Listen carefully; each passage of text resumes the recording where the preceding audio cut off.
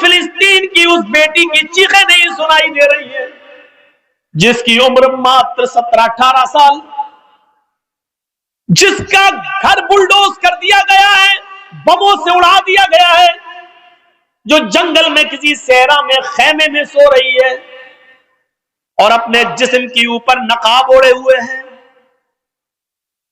عبایا پہنے، نقاب پہنے ہوئے، اور کسی میڈیا والے نے اس سے پوچھا کہ ایسی حالت میں بھی تم جب سونے کے لیے جا رہی ہو تو نقاب اوڑھ کر،